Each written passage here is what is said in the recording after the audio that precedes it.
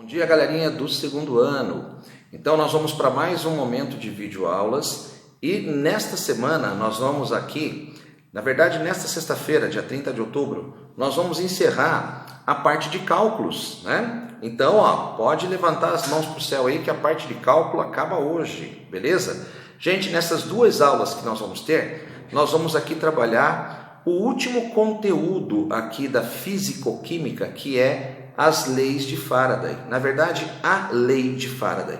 Encerrando contigo aqui eletrólise, tá ok? E depois, gente, a partir aqui de segunda-feira, que na verdade segunda-feira você não vai ter videoaula, é feriado, dia 2 de novembro, mas a partir da próxima semana, as aulas serão todas de orgânica, tá ok? A última apostila vai ser somente química orgânica. Então, meu amigo, uma ótima sexta-feira para você, aproveite bem essas duas últimas aulas, ok? Nós vamos dedicar depois uma aula só para resolução de exercícios e espero que você tenha aí também uma sexta-feira muito produtiva, que você consiga aqui render todas as nossas aulas de hoje, ok? Beleza? Então, meu amigo, acompanhe as duas aulas, uma ótima aula para você, tá bom? Abraço, até mais! Então vamos lá, meu querido. Nós vamos agora continuar falando de eletrólise e agora, gente, para nós aqui fecharmos o nosso bate-papo de eletrólise, nós vamos falar sobre os cálculos em eletrólise, Cálculos em eletrólise, cálculos em eletrólise. Então, repito, esses cálculos aqui são de extrema importância e eu vou ensinar passo a passo como é que você vai utilizá-los, como é que você vai realizá-los, tá ok? Então, cálculos em eletrólise vai ser assim, gente. Então, primeiro, vamos imaginar aqui que eu vou fazer uma eletrólise, então, ígnea de um sal qualquer. Gente, todos os cálculos que eu te mostrar usando eletrólise ígnea valerão também para as chamadas eletrólises aquosa. Então, vai ser assim, Gente, nós já vimos que a eletrólise é um processo industrial e ela é muito usada aqui para produzir metais e produzir aqui gases. Ela é muito usada na produção de metais e gases. Então, por exemplo, eu vou fazer aqui a eletrólise, vamos aqui imaginar então do cloreto de prata, o AgCl, a eletrólise ígnea. Então, eu vou pegar esse sal e vou derreter. A eletrólise ígnea significa você pegar a matéria-prima e derretê-la. Quando eu derreter esse sal ele vai aqui se dissociar, vai se desmanchar em Ag+ e Cl-1, certo? Esses são os íons que esta eletrólise irá aqui fornecer. Então, quando a gente funde, derrete um sal, lembre-se que ele se dissocia. Ele aqui se separa nos seus íons, ok? E agora, gente, olha só. Eu vou então mergulhar nesse sal derretido. Lembre-se que nessa cuba agora tem aqui um sal derretido, um sal puro derretido e que está transformado nos seus íons. Eu vou mergulhar aquela aparelhagem que você aprendeu a chamar de kit eletrolítico, kit de eletrólise. Gente, que é o que esse kit? Então, o gerador e as duas placas de grafite, na verdade, os dois fios de grafite, tá ok? Gente, agora, lá da física, a gente vai entender o seguinte, os geradores, eles aqui, quando, então, olha só, são ligados, tá ok? Do polo negativo aqui do gerador, sairá uma corrente elétrica, tá ok? E a corrente elétrica, ela é medida em amperes, então eu vou chamar de I a intensidade da corrente elétrica, intensidade, vamos colocar aqui, intensidade da corrente elétrica. Então, repito, I é intensidade da corrente elétrica, tá? Intensidade da corrente elétrica. E nós aqui vamos medir essa em intensidade, certo? Agora em amperes, intensidade da corrente elétrica. Nós vamos medir isso aqui em ampere, certo? Ampere, tá ok? intensidade da corrente elétrica. Agora, olha só o que vai acontecer. Olha só o que vai acontecer com isso daqui, ó. Preste bem atenção, ó. Preste bem atenção, queridos. Agora, a intensidade da corrente elétrica que sai desse gerador, eu vou inventar um número para vocês aqui, ó. Eu vou dizer que ela vai ser de 20 amperes, tá ok? Ó, 20 amperes. Então, a gente aqui vai representar pela letra A maiúscula a unidade amperes, tá ok?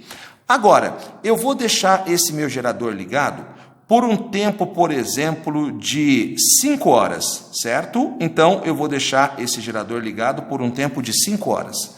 Então, T é o tempo, certo? Só que esse tempo aqui em eletrólise, nós temos que agora usá-lo em segundos, tá ok? Então, eu vou transformar 5 horas para segundos. Como que a gente faz, gente? Olha só, cada hora tem 3.600 segundos. E para você transformar o tempo em horas para segundos, é só multiplicar o tempo em horas por 3.600, tá ok? Então, se você fez essa continha, ou se você ainda vai fazer essa continha, qual é o valor que você irá encontrar? Então, multiplicando 3.600 por 5, você vai encontrar um valor de 18.000 segundos, tá ok? Então, eu deixei esse gerador ligado por um tempo de 18.000 segundos, que equivale a essas 5 horas, tá ok? Gente, e agora, olha só o que vai acontecer. Do polo negativo sairão, então, os elétrons, Sairá aqui a corrente elétrica, que tem essa medida de 20 amperes. E aqui nós temos o polo positivo, Aqui nós temos o polo positivo.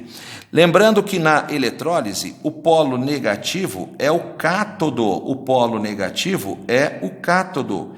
E agora eu vou escrever, gente, o que vai acontecer no cátodo. Olhe só o que nós vamos produzir aqui no cátodo. Preste bem atenção, vou colocar aqui embaixo, ó. No cátodo, o cátion Ag+, ele vai até o fio de grafite e vai ganhar um elétron. Vamos lembrar. Professor, como que você sabe que é um elétron que ele ganha? Porque a carga dele é mais um. Lembre-se que a carga do cátion indica quantos elétrons ele vai ganhar. Lembre-se que no cátodo sempre o cátion ganha elétron, ocorre o que nós chamamos de redução, certo?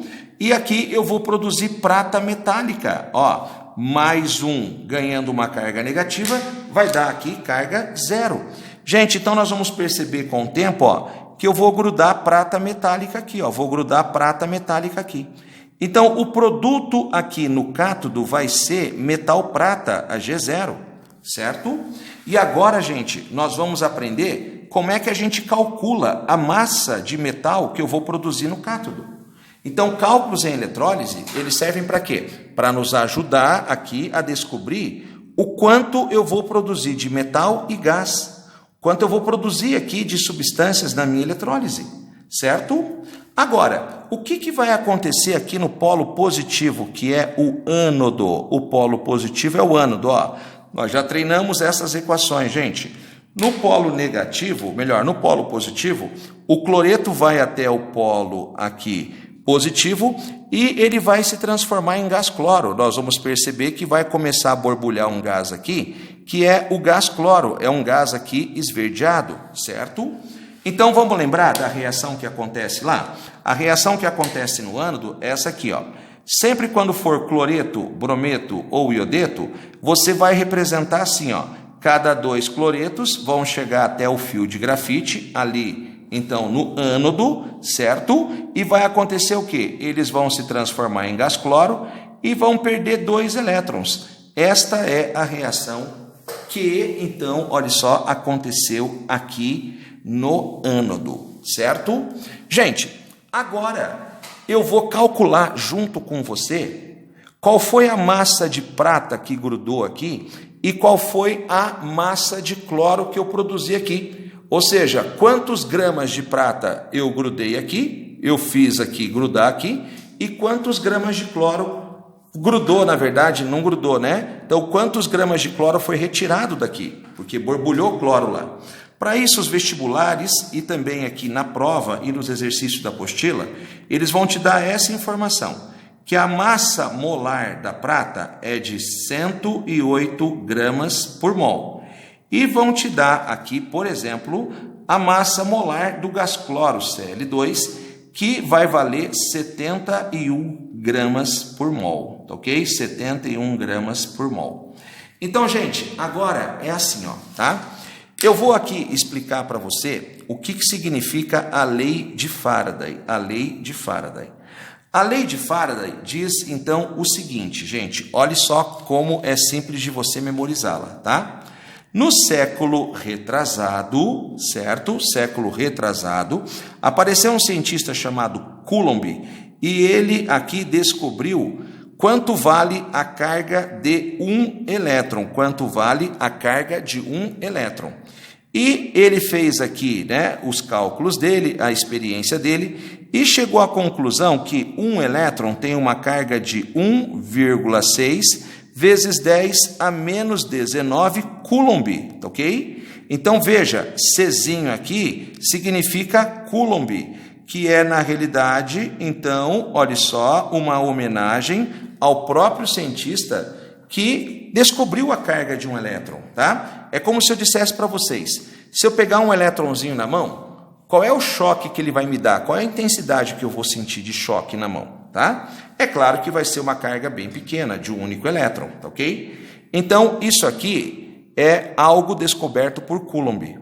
Agora, gente, apareceu Faraday e fez o seguinte. Então, apareceu um outro cientista no século passado, agora, nos anos de 1900, chamado de Michael Faraday. E o que Michael Faraday fez? Ele simplesmente quis saber a carga de um mol de elétron. Então, o que Faraday quis saber foi exatamente quanto seria a carga de um mol de elétrons. Carga de um mol de elétrons. Meu amigo, é fácil. Por exemplo, se eu quiser saber a carga de 2 elétrons, é só multiplicar esse número por 2. Se eu quiser saber a carga de 20 elétrons, é só multiplicar isso aqui por 20. Mas Faraday quis saber a carga de um mol. Então, o que ele fez? Um mol é 6,02 vezes 10 elevado a 23 elétrons. Esse número é enorme. Então, isso aqui, ó, é 1 mol de elétrons. E Michael Faraday quis saber quanto que vale a carga de um mol de elétron. Então, é só pegar essa quantidade de elétron e multiplicar por 1,6 vezes 10 a menos 19. Gente, se você fez essa continha, eu vou arredondar aqui para você o valor que você vai encontrar. Você vai encontrar um valor de 96.500 coulombs, ok? Essa vai ser a quantidade de carga aqui que a gente vai encontrar para um mol de elétrons. Então, o que a gente irá dizer aqui, meu querido? Lei de Faraday, ó, lei de Faraday. Então, a lei de Faraday você vai memorizar da seguinte maneira, ó, preste atenção, hein? 1 mol de elétrons, ele tem uma carga aqui de 96.500 coulombs, certo? Que agora, em homenagem ao próprio Faraday, ele colocou que isso aqui equivale a 1 Faraday, tá ok? Isso aqui equivale a 1 Faraday. Então, gente, esta é a lei de Faraday, que diz que 1 mol de elétron corresponde a 96.500 coulombs, ou a 1 Faraday. Meu amigo, agora eu vou pedir para você aqui um minutinho para a gente começar o nosso segundo e último vídeo dessa sexta-feira, tá ok? Então, fique firme aí e logo assista, né, o segundo vídeo, onde eu vou concluir esses cálculos aqui com você, tá? Nós vamos agora, no próximo vídeo, aplicar a lei de Faraday, tá ok? Aguenta aí, hein?